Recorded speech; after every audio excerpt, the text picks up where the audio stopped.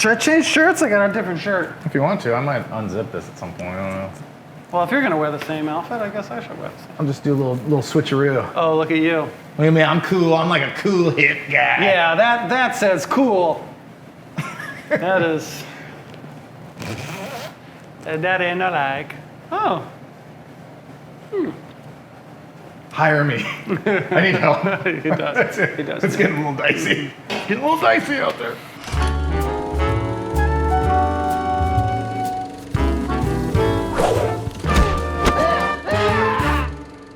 What are we talking about today, Keith? Classic of cinema.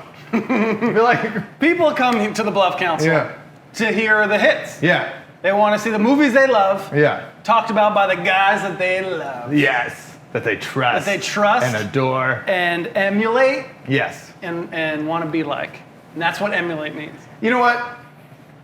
Go fuck yourselves. Okay. Don't judge us for doing this. We do 50 for you, 1 for us. That's what we do. 50 for you, 1 for us. This one's for us? We've done maybe 2 or 3 for us. This is We've for done me. most of them for Everett. We haven't done shit for Keith. That's not true. What have we done for Keith other than Dumb and Dumber, which should be for everyone because fucking 10. everybody likes it. I don't know. What have we done since then that was just for you? Nothing. Yes, we have. We do nothing for me. First of all, no one does anything for me. Everyone Here we go. Here we go. I'm fine, guys.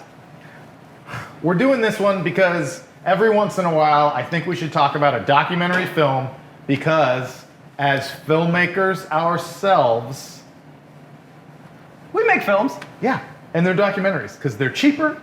That's the end. And end of sentence. Yeah. Because we can do it with the things we have.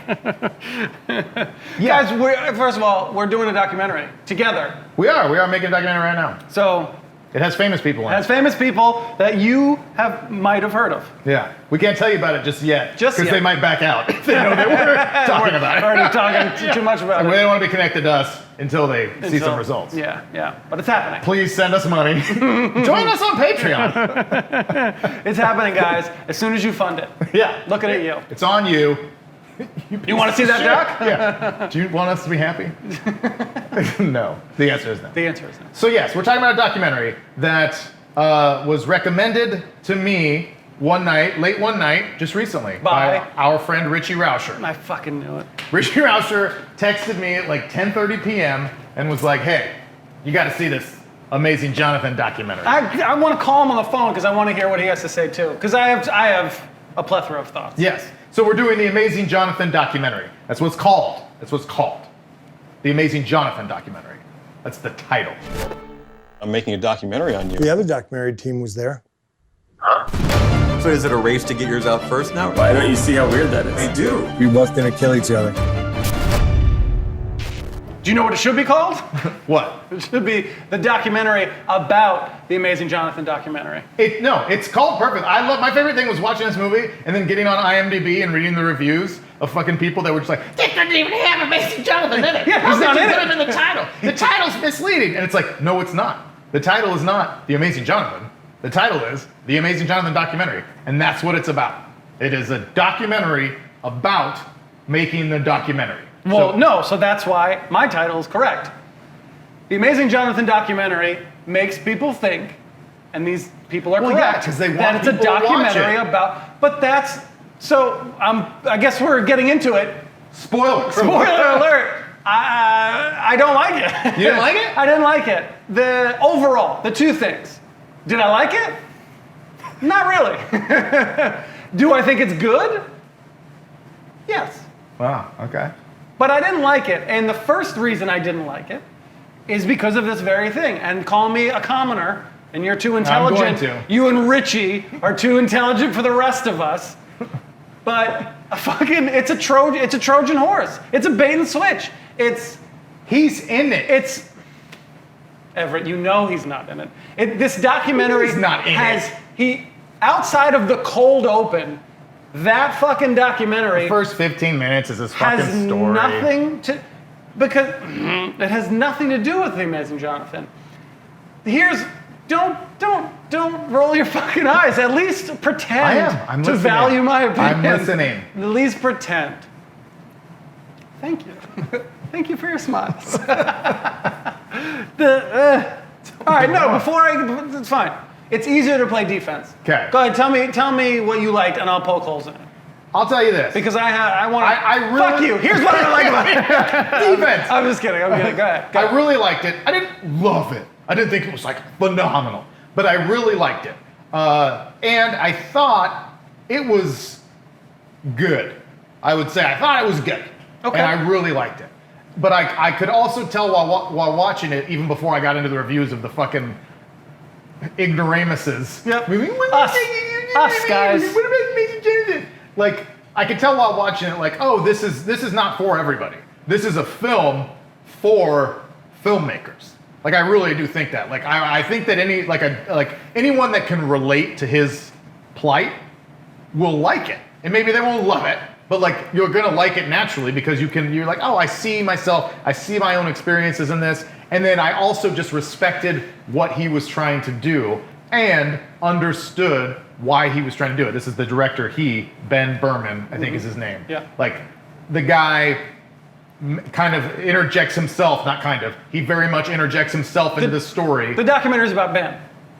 It's a documentary about him making a documentary. Yeah. Yes. That's what, and it just happens to be, the documentary that it happens to be making is about the Amazing It's not like it's unconnected to the themes of of his story though. Like it is all in one.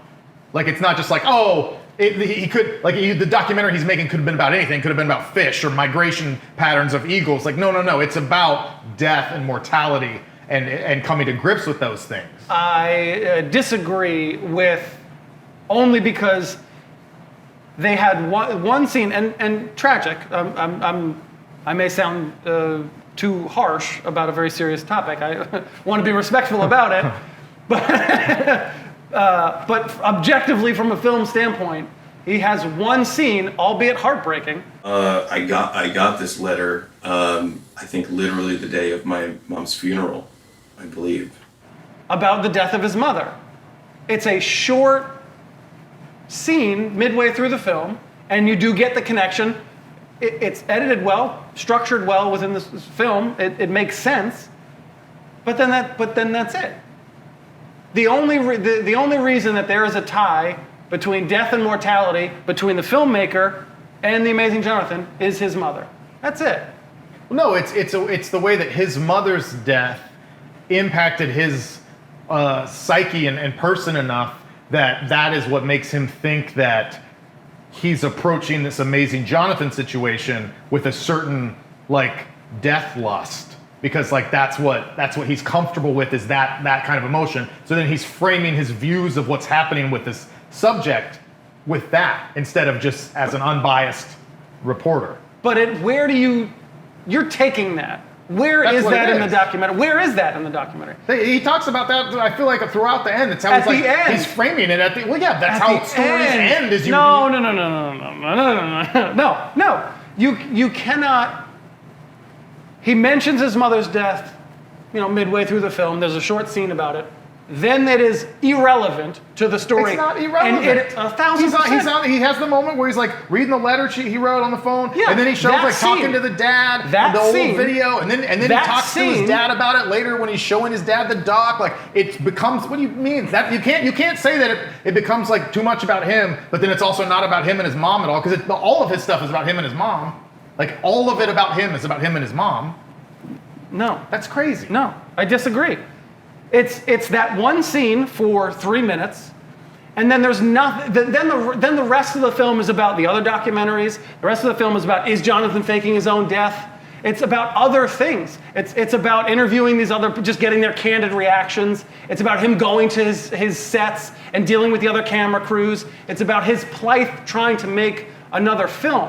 It's not like, oh, he's learning about himself because all of these films are about death. This is the only film. But this is the only thing. He's being forced to second guess if Johnathan is faking his own death or some degree of that, and is having all these camera crews come to like fuck with him, and he might be, or is he just imagining that because he's obsessed with death because of his mom?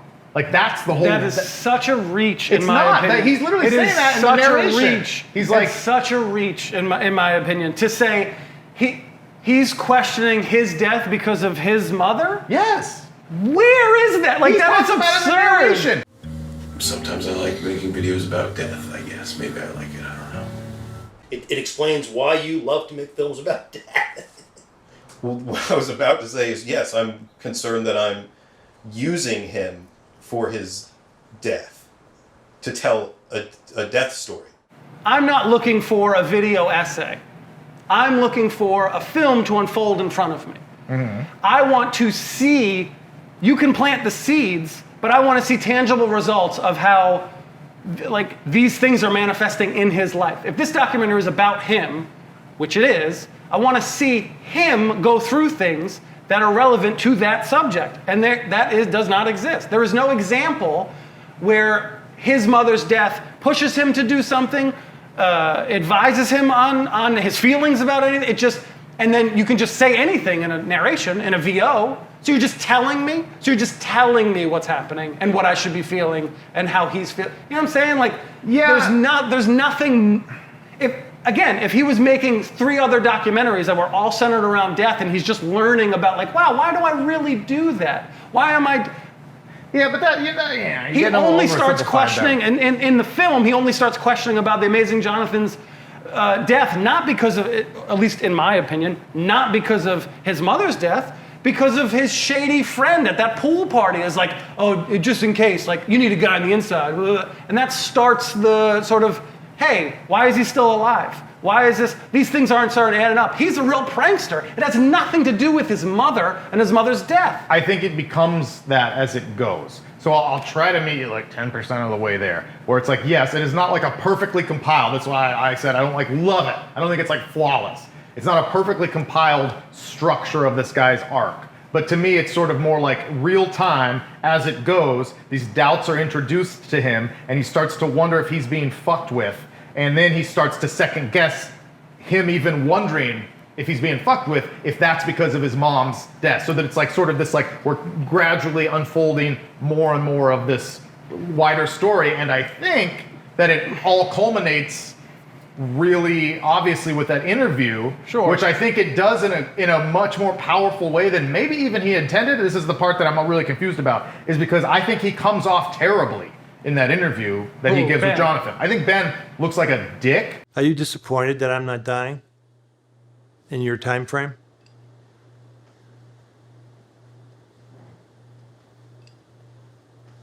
Anyway, And does a bad job and really seems like shitty. And to me, that is like... I think he knows it during that interview. Well, I personally think maybe. he because he danced around it. He No, I know, was but dancing that's for a what long makes the time. film hit harder for me, is that he was willing to portray himself like that. And that makes those themes of like his mom's death and just him being death obsessed and viewing everything through that lens. And Jonathan's like, go fuck yourself. That's so fucked up. It's so funny that I'm in the hospital all the fucking time. What a prank. You're wasting my time right now. I honestly... I think to tie it to his mother as tightly as you are doing it, I think is a very big reach, because let's just say that wasn't part of the film, just for argument's sake. Everything else in the film, he would still naturally feel that way. You bring on 4 other documentary crews. This guy's medical history doesn't really add up to the way that he's living. He's doing speed or meth every night. He's outliving everyone, and he's coming back and like, hey, and this guy's known to be fucking a prankster and an illusionist, and you got your buddies being like, hey, he's not up on the up and up. You never know. Like, that alone is enough to create doubt. There is no tie to his mother whatsoever in that. And all of those things that I said is majority of what the documentary is about. The documentary is about the plight of this kid trying to make a documentary. It really has nothing to do with death. It really has nothing to do with his mother. It's in there, but that's not like what it's about. I think mortality is the theme. No. Do you know what I thought the strongest theme was and the biggest missed opportunity was at the end? When he says, We hear that a man is dying. 3, 4, 5, who knows how many people rush in to claim that man's story as their own. we're all trying to profit off this man's death. that's a really shitty thing. That's a shitty instinctual thing for people to do, is to see, oh, a beloved, comedian or a cult classic kind of comedian is going to die. Let's tell a story so we can make some money off it. And that's what it seemed like the end of the story was going to be. But that really also had nothing to do with everything I just saw.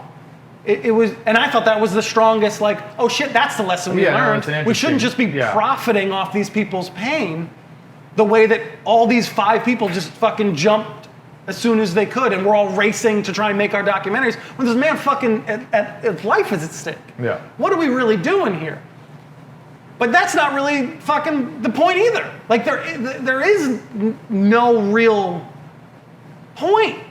It's very like stream of consciousness, which you either probably really like or really don't like, just a general audience, not just you personally. But like it is very like, you can tell he's figuring it out as he goes. So that to me doesn't make for like the really cohesive arc or like really cohesive themes. Then that point I can concede a little bit. But like to me it does wrap up nicely with like the themes of mortality, with like Jonathan on a fucking wheelchair, like motorized wheelchair scooter, like bragging about like my story is going to be told by someone who really matters. That's the best part of it. That final scene is really the best part of the film. And that kind of ties it all up to that, like, okay, there is, they're helping each other in that moment.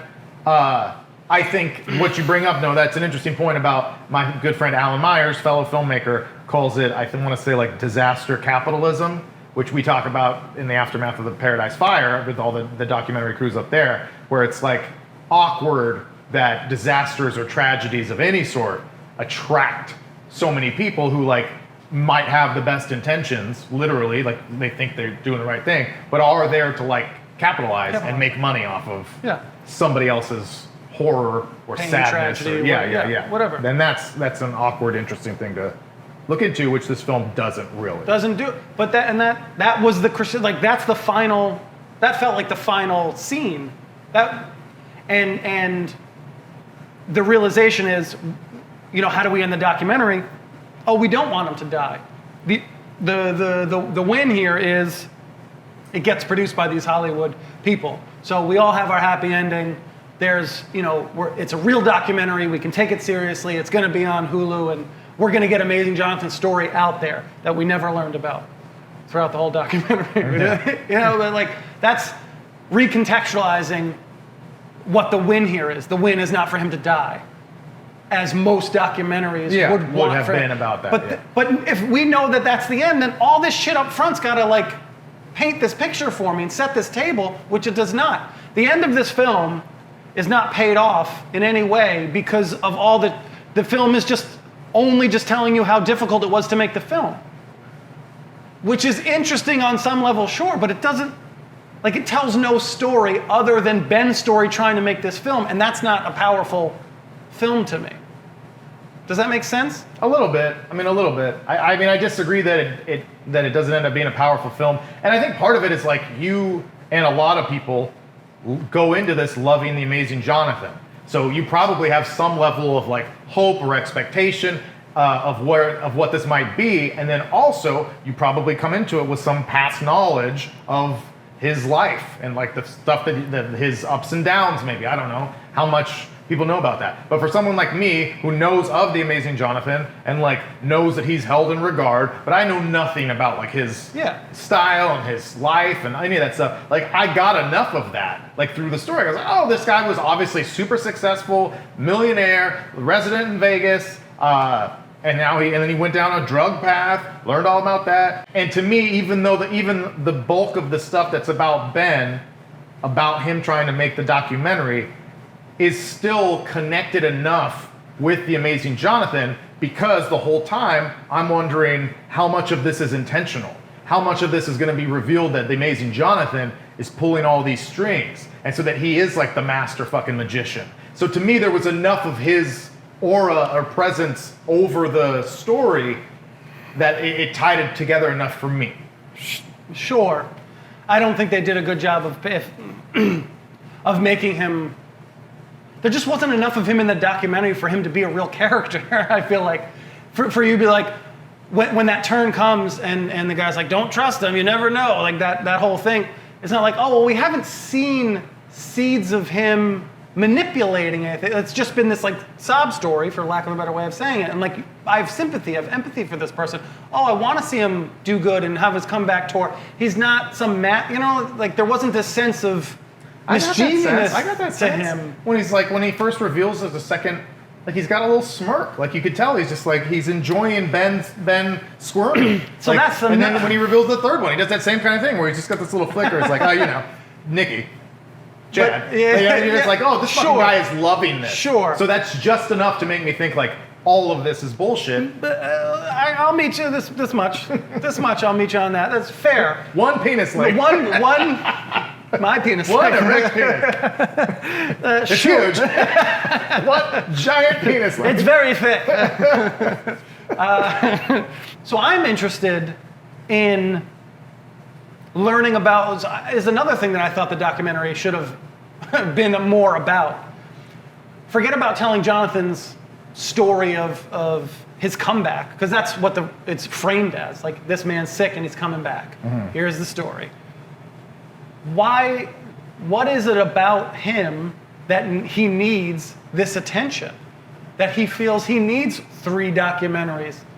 That he needs to be loved? Like, to me, there's a real story that I want to hear about that. Like, his insecurities, about why he...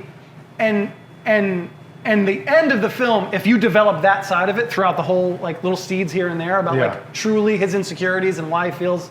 Why he's an entertainer and in front of, all that shit. Yeah, he's got to work on his legacy so much at the end. Yeah, and he wants to be remembered, like all that stuff.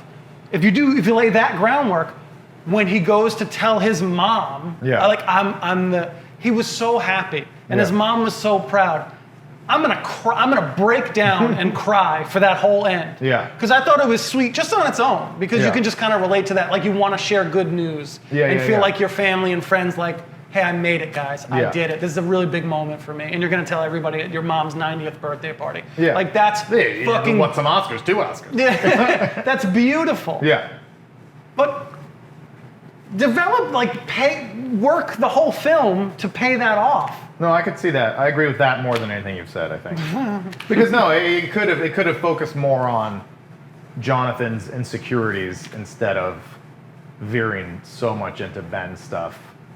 Yeah, just balance that a little more. Yeah.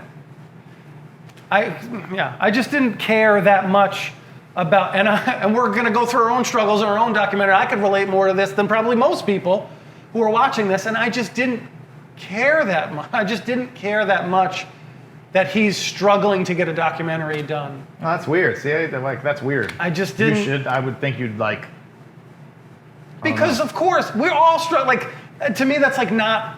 Interesting. Yeah, but that's such an unusual Everyone struggles struggle. to make documentaries. If the subject of our documentary that we're working on right now is one person, I'm going to be surprised if he doesn't.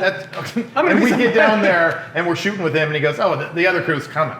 You'd be like, "What?" And then there's 3 others on top of that. Yeah, that's a very unusual. So just from that on its own was like, "Oh my god!" I really felt for the guy. Sure, it's interesting. But I don't know. Sure, things happen. Make a documentary. I want to see the documentary. I don't want to see the trials and tribulations of you making a documentary. But I also get his point, which he said in the film about if there's 5 people making the same documentary that he's given the same answers to and giving the same access to. That's a good point. I want to try. How am I going to make mine different? We're all making the same documentary. We have the same sound bites, and we have the same interviews with the same subjects. So how do I separate mine? What do I do? Okay, maybe you and you and you and you didn't like the way he made it different, but I understand him feeling like I have to try something. Different. Sure. Maybe that's injecting my own fear of death and unresolved issues with my mom into it. Maybe that's not the direction he should have gone, but at least it's a direction that's not just cookie cutter, same sound bites. Hey Jonathan, how'd you feel that show went? Some are good, some are bad. Same bullshit. Yeah, sure. But do the press run about the difficulties of making the documentary. Maybe he did. There's a huge theme of the movie of me searching for truth, right? Trying to determine what's real, what's not, what's truth versus what's illusion. And at the movie's over now, and there's still things that I still don't exactly know what the real truth was. How do you take the reality of the film, of like what happened, the events? I think it's, personally, I think it's all staged. Like, I think all of that was fake. Like all of it? Yes. Like Ben and Jonathan were in on making this fake documentary in this style? 100%. Wow. That's what I believe. People have said, this was, the whole thing was a conspiracy between us. I mean, it's actually a conspiracy between Jonathan and I against you and the audience. So So in the moment, this is very much a documentary. To me, that's like the deepest cut theory. How come? Because there's no way that he didn't know he was sick. There's not a chance on earth. And if he really wanted to make an investigative documentary and really go through the process and be like, is this man sick? We didn't hear from a doctor. We didn't hear from his mother. We didn't hear from his wife on the subject. It was just, I'm going to ask him flat out, are you sick? And he goes, how fucking dare you? You're right. Like, there was no way. And that seems like almost like more of an Amazing Johnathan thing to do, is to be like, I'll be the dick. I'll work with this guy and make a film. And I'll just, because he's got a juggler doing the fucking other documentary. Well, that guy, I want to talk about him. That guy, I love that guy. Do you know the best? You know the thing that made me laugh the hardest, and I do want to talk about the comedy. Yes, I do know. What is it? What are you shooting? 4K? Nice. Are you shooting 4K or regular or 1080? 4K. You are shooting 4K. Nice. I couldn't stop laughing. Yeah, no, me neither. I couldn't stop laughing. Cracked up, and I was like, "This is great." This is fucking gold. Like, I know that guy. I've met that guy. Gold. Like, what are you shooting? 4K? What are you shooting 4K? 1080 or Nice. 4K? Nice. Quality. Yeah. Quality. What's this? Yeah. And it's like, this fucking poor sweet guy. I loved him. That was fucking brilliant. Yeah. And I do want to talk about the comedy in a second, but I just think it was. I think they looked at a documentary and said, "There's really not that much here." You could tell that that's a short feature at best. Because Amazing Johnathan, and I will, full disclosure, I was a fan. Like, I remember his Comedy Central bits growing up. I saw him live in Vegas with a buddy of mine, Kevin. I saw him with Kevin. I don't even know who Kevin is anymore. You do know Kevin. We saw him live in Vegas together. Like, it was. Checks out. I just enjoyed it. He was fun. I enjoyed it. But that's it. Like, had like a little cult success, had a little pop here and there, and like easily sort of forgot about comedian. So that documentary of him coming back, I think they were just like, yeah, there's not a ton here. He had 2 Comedy Central specials, and like that was a half-hour comedy special, and that was it.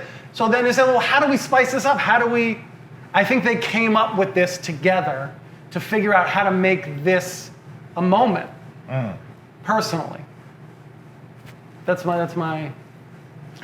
It's interesting. I have obviously no idea. And all of the evidence I would use to like refute that could also be used to support it almost. Tell me. Because I was gonna say, like I didn't think that. Like I thought that's an interesting concept, and sure it's possible. Like it wouldn't shock me if they cooked this idea up and produced it all step by step.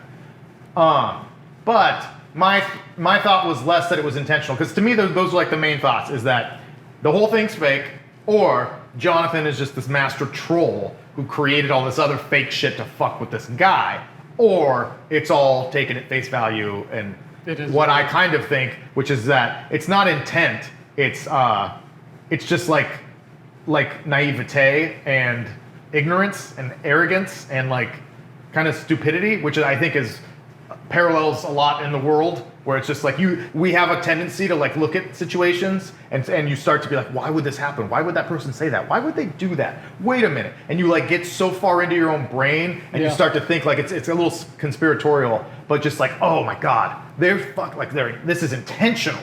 They're intending to do this. Oh my God, they're fucking with me. I'm being taken advantage of. I'm being had. And really it's just like fucking people miscommunicating or being insecure. Or, to me, like Jonathan telling anyone who asks to do a documentary on him, like because he's dying and he's insecure, is not unreasonable. Yeah. Like, that makes sense to me. But that's why I think, because nothing is explored. Nothing of that is explored. Yeah. But that was what I was gonna say is, but that Ben Berman guy has no real like footprint huge, like outside of this is his first documentary film. Maybe he's just not very good at it. So like he's still learning. But Like, I think the documentary is well made. well, no, I know, but like you can still be like a talented person and not know like the ins and outs, or not be like an investigative person.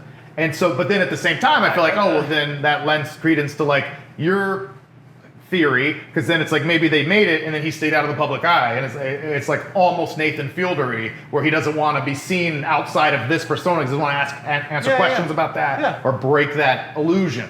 So any of it's possible. While you say Nathan Fielder, I was going to say I knew you loved this for two reasons. One, it's like a Nathan For You episode because it just unfolds on itself, and those episodes are the ones that I've seen.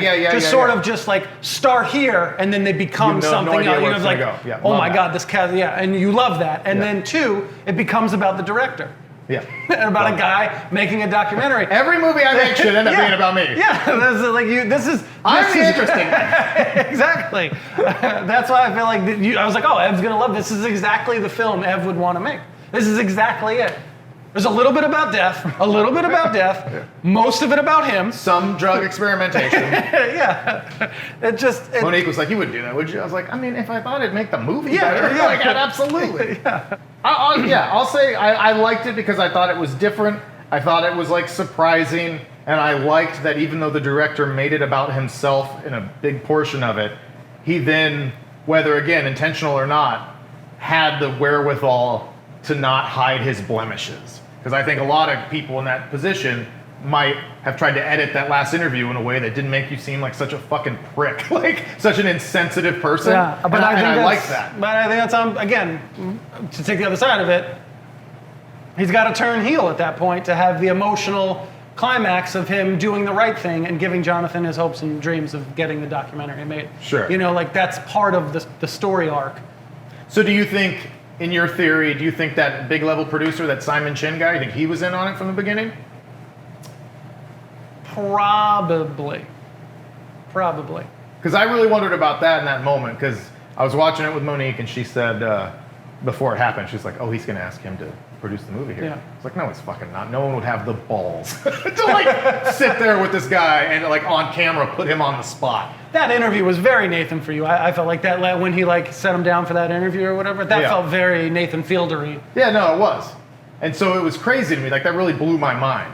But then as I thought more about it, I was like, this fucking guy, like this guy's a big shot. Like, no, I know. He's just going to be like, deal. he's going to be the kind of strong-armed and do it on camera. He's going to be like, turn this fucking camera off, you know? Like, get out of my office. You come in here like this, under this guy's, like, that's what I would expect, but. No, I think I would assume that all of that was, the big discussions were had. None of that was a surprise. And, I mean, granted, they could have done this after the fact, but in the beginning of the movie, the fact that they showed his speech, I was like, oh, he's involved. There's no way. They blurred out every other filmmaker, every other person who's not. I want to talk about it. So as soon as he shows up on camera and you see him making an Oscar speech, you're like, oh. The first thing I thought was like, oh, he's involved in the film. Real time, the blurred out thing makes me think that even more credence to like the whole thing is kind of fake. Because what little research after we watched this, I was like, I can't wait to get online, get on Reddit, and read pages and pages of the real facts and who was Nikki and why didn't she want to appear and how do all these people fit together and that other doc that he went to the film festival of, like who are those people and and I think it's weird that those people were blurred out because like you're in a public event, like there's no reason why you had to blur them out at the film festival unless you're almost doing that for them, like almost as a favor. And then this is what I'm thinking in real time, because what I did look up is that documentary short, The Other Crew, was directed by Steve Byrne. You know Steve Byrne? He's a comedian, right? Like an Asian guy? He's like half Asian. Yeah. Forgive me if that's incorrect. I thought you were going to say offensive, like The Office. Is there a term besides Mexican that you prefer? Something less offensive? No. So Steve Byrne is the director. So I feel like he had to have been one of the guys sitting up there. And then that project was executive produced by a couple bigger name people, like Bill Burr, amongst others. Like, so I thought, did Steve Byrne have this idea to make this film on this guy that he liked and got some of his more famous comedian buddies to be executive producers and give some money for it? and whatnot? Or was that all part of this because they're all in the comedy world together? Because what little I could find about Ben Berman, he writes for some comedy shows. He wrote for that Man-Seeking Woman show that I like a lot. Adolf Hitler. Josh Greenberg. Greenberg? Yes. Tim and Eric, he did a bunch of Tim and Eric stuff. So it's like they're all kind of in the same world. So then how much of that was cooperative? And is that why he's blurring their faces out? Because like, why would you? Because anyone can look it up. That's what I found on IMDb. I found the other documentary, and there they are. Yeah. It's a little weird. It's just, just all, it feels clicky. Yeah, so you would think that, well, but it's like sort of like an Andy Kaufman thing, and they mention Andy Kaufman. Like, Amazing Johnathan seems like an Andy Kaufman type guy. Yeah. He would do that sort of from a distance. Obviously, I didn't know him personally, but. So you think like in 5 years it'll come out that the whole thing was fake? I don't Secrets know. like that don't stay forever. I don't know, but I mean, I feel like Kaufman has those secrets. I mean, sort of, but everybody kind of knows how much. Like, but they're not like confirmed. Yeah, like what's his name? Fucking the wrestler. Tony. Oh yeah. I was gonna say Tony Clifton. Jerry the King. Yeah. Like Jerry the King is kind of like. We kind of knew some of it, but it wasn't like, he pissed me off once in a while, and I smacked him. But right, like they were kind of in cahoots. Well, 1,000%. Yeah, that's what I feel like. But again, not like hard confirmation. It's like wink, wink, nod, nod. Yeah, that's what sort this of will thing. probably be like. So we'll see. But he's just like Andy Kaufman is such a bigger deal than Amazing Johnathan. Like maybe no one cares. There was not enough demand, I should say, to unearth. Well, there's like thousands of angry fans on IMDb. Like this is not even, which would be super funny. Like that makes me hope it is all fake. That the Amazing Johnathan is like fucking with his own fans. Because the people that claim to be the biggest diehard fans are the ones that are like, one star, this movie sucks. This movie is terrible. And it turns out Jonathan is like behind the whole thing. That would be the piece de resistance. That's funny. Like that's a cool idea. I mentioned a couple times I want to talk about the filmmaking aspects of it. And I'll start with the comedy because I love comedy. And I laughed out loud a lot. I thought it was really funny, and again, Nathan for you type way where you don't know if it's meant to be a joke. You don't get it? But to me, it's like this is clearly a joke, but like it could go over people's heads or whatever. I'm gonna just give a couple examples. The 1080. Yeah, the best line. Is the best line. I was laughing out loud. Yeah. They did like establishing shots for Jonathan's house. And one establishing shot was just a dog shit. And it was just like nice music, establishing shot, dog shit. Yeah. Like, that's super funny to me. I was just laughing.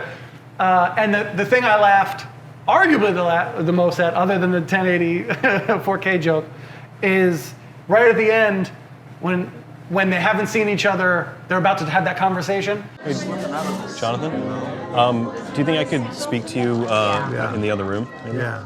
That'd be cool. You can bring your cake if you want. You can bring your cake. I thought it was the funniest thing ever. There is such a clear understanding of like comedic timing and comedic presence subtly. Yeah. And like this guy knows how to make a comedy film. I don't know the best way to say it, but like knows how to make you laugh through the medium of film. Yeah. The pacing was great. Like the timing of it was great. Like it was just fun. It was a fun watch. Yeah. I thought. Yeah. And like the filmmaking aspects, I thought were really good. Yeah. But I just didn't like what was happening. I just didn't like what was happening. And then I felt it became transparent that I was like, this is just all bullshit. Like this is all just manufactured. It's tough to say. You got me thinking now. Great. What do you guys think? What do you think? Drop a couple comments down there. Get some engagement. Share it with your friends. Yeah, let us know. Do you think this documentary was real? First of all, go watch this documentary because we know you haven't seen it. I hope you've watched it before we talk about it. Spoilers. Yeah, go back. Okay, rewind the episode. Forget what you heard. Yep. Go watch the episode and start it over. Yes, please. It'll make more sense. First, go learn who the Amazing Johnathan is. Google him. What did Richie think? I'm just curious. Richie liked it a lot. He fucking loves it. Yeah, Richie liked it a lot. He and Monique loved it. Like it's like one of Monique's favorite documentaries she's ever seen. I would have not. Yeah. Guess that. Yeah. What does she love about it? Monique loved it. She thought it was hilarious. She loved all the different camera crew stuff. Like, thought that was really funny and really interesting.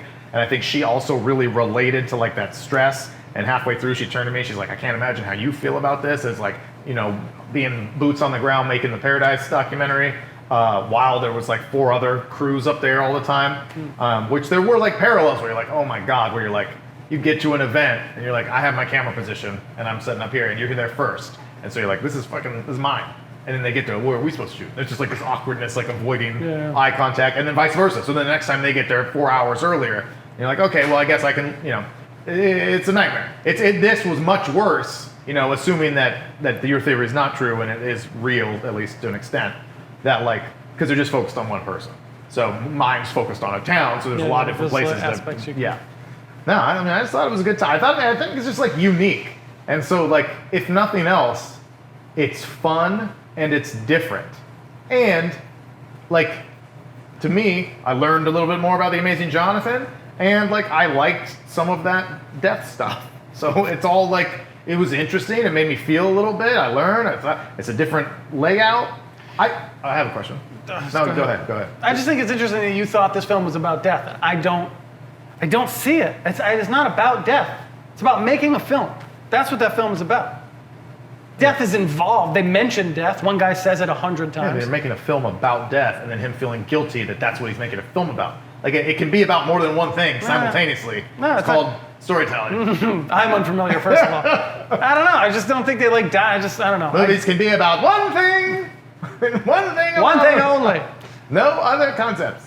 My question is, in closing, let's wrap this shit up.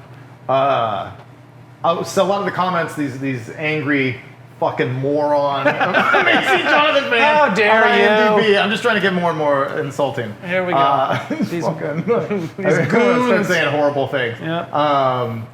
You know, these people. These Italians. These fucking Bobby Cannavale. They're on there, and one of their big complaints is like a very general blanket statement like, I hate this bullshit where documentary filmmakers make themselves a part of their story. And I read that a lot. And so, As someone who's done that, I made my documentary film that we've referenced in passing, all its name implies, that film is not at all about me at all. But it is told from my voice as literally the narrator of this story of my hometown. To a little kid from San Jose, Paradise seemed like a faraway magical town in the forest. And my own personality is in it, and I equate the people being interviewed somewhat to me in the narration. It's my mom, it's my uncle, it's my cousin, etc. So not to the degree that this one is. But it just made me think, even if I hadn't made a documentary film in which I was partially a character, I would want to ask myself that question. And I think my answer is boring, because I think my answer is it's like a case-by-case basis. But like, what do you think, generally? I think, if you remember, for your documentary, I was a big proponent of you being in it. Or I do remember that. I don't know if you remember that. Consulting producer. That's why it's so good. He made a lot of money. So much money. I was a proponent of you doing it. And I think the easiest answer to why you should do it is it will always, that story will always be unique because no one else can tell your version of that story. Yeah. When 10 other people are rushing to do that story, 100 other people, when Ron Howard is at home doing that story, he can't tell your version of that story. He can't. My mother-in-law lived the last 5 years of her life in Paradise. That's a town that I knew. Yeah, well, he can't even tell a local's version of the story, so he can't. So that's the. It's a really good movie, Ron. Yeah, it's actually not. I will say it, Ron. You fucked up, but please hire me. I'll do anything. Ron, please. I keep submitting to your Imagine things online. Yeah, you have not called. I will kiss the ring. Come on, just tell me what you want me to fuck. Jesus Christ. So I'm fine with it, and in your case, I was a big proponent of it because it's uniquely you. It's what will separate you, and you're charismatic. You're a great writer. have your voice ring true. It's a selling. You are a selling point in this regard. I agree.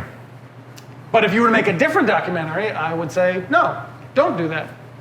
Why would you make a documentary if you're not going to be the main character? That's a great point. So when we do our documentary, we're gonna we're both. It's gonna be me and him. I'm a fan of this team. As a young boy. My dad never loved me, but he took me to baseball games. That's funny. Yeah. All right, great. That's actually true.